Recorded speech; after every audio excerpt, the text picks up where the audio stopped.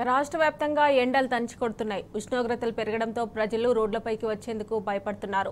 అత్యవసరమైతేనే ప్రజలు రోడ్లపైకి రావాలని వైద్యులు సూచిస్తున్నారు. కరీంనగర్ పట్టణంలో ఠారెత్తిస్తున్న ఎండలపై మరింత సమాచారాన్ని మా ప్రతినిధి వేణుగోపాలరావు అందజేస్తారు. జిల్లా వ్యాప్తంగా చూసుకుంటే బాణుడి ప్రభావం తీవ్రంగా ఉందని చెప్పొచ్చు. ముఖ్యంగా ఉదయం 9 అయిందంటే చాలు ఎవ్వరు కూడా బయటికి వస్తున్నటువంటి పరిస్థితి మనకు స్పష్టంగా కనిపిస్తుంది. ఎందుకంటే వడగాల్పులతో పాటు మరోవైపు తీవ్రమైనటువంటి వేడి గాలి ఇవన్నీ వచ్చిన నేపథ్యంలో ప్రజలు బయటికి రావాలంటే జంకుతున్నటువంటి పరిస్థితి మనకు కనిపిస్తుంది.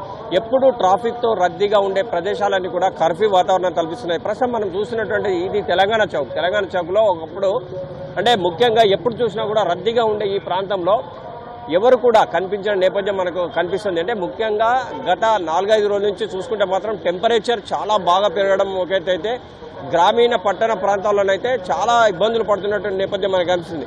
అంటే ముఖ్యంగా చిన్నపిల్లలు వృద్ధులు అయితే చాలా ఇబ్బందులు పడుతున్నటువంటి నేపథ్యం.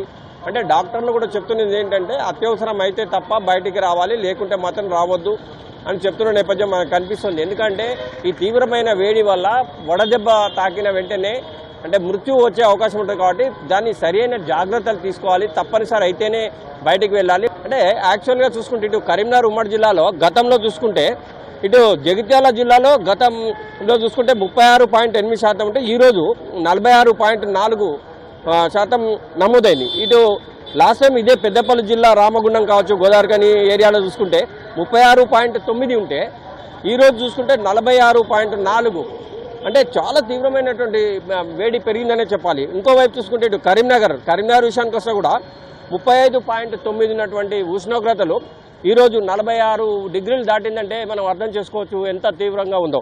మరోవైపు ఇటు రాజన్న సిరిసిల్ల జిల్లా వస్తే కూడా అంటే 36.4 ఒక లాస్ట్ ఇయర్ ఉంటే ఈ సంవత్సరం 45.5% అంటే డిగ్రీల ఎండ నమోదైనటువంటి పరిస్థితి. ఈ నేపథ్యంలో ఎక్కడ చూసినా కానీ ప్రజలు చాలా తీవ్ర ఇబ్బందులు గురవుతున్నటువంటి పరిస్థితి కనుక కానీ రోజువారీ పనిచేసుకునే వాళ్ళకి మాత్రం తప్పని పరిస్థితి. ప్రస్తుతం మనకు ఒక వాటర్ అంటే డైలీ రెక్కాడితే కానీ దొక్కాడని పరిస్థితి కానీ తప్పని పరిస్థితి.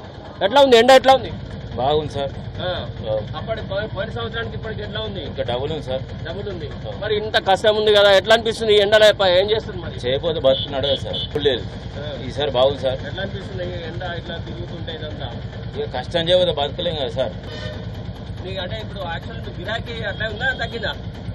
డబుల్ అయింది సార్. డబుల్ త్రిబుల్ అయింది. సూపర్ అయింది. అంతకుముందు లెక్క లేదు, ఇప్పుడు త్రిబుల్ అయింది. ఎటు పోయినా సరిపోతే నేను ఒక ట్రిప్ ఒక పోయినసారి 150 క్యాన్లు పడుతుండే, ఈసారి 350-300 దాకా క్యాన్లు అయిపోతుంది సార్. అంత అవుతుంది. వైపు తీవ్రమైన ఎండ నేపథ్యంలో నీటికి మాత్రం అంటే గిరాకీ ఉన్న మాట వాస్తవమైనా కానీ చాలా కష్టంగా ఉందని చెప్తున్న నేపథ్యం మనకు కనిపిస్తుంది. ఎవరు చూసినా కానీ అంటే రుమాళ్ళు కట్టుకొని పోతున్నటువంటి పరిస్థితి, టోపీలు పెట్టుకొని పోతున్నటువంటి పరిస్థితి మనకు కనిపిస్తుంది.